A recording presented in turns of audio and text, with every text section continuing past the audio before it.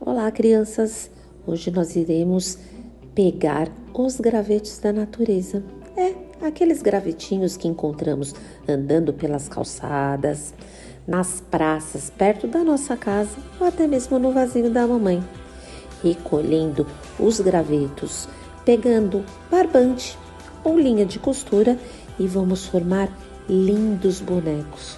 Os bonecos da natureza, feito com gravetos. Vamos lá? Agora é a vez de vocês.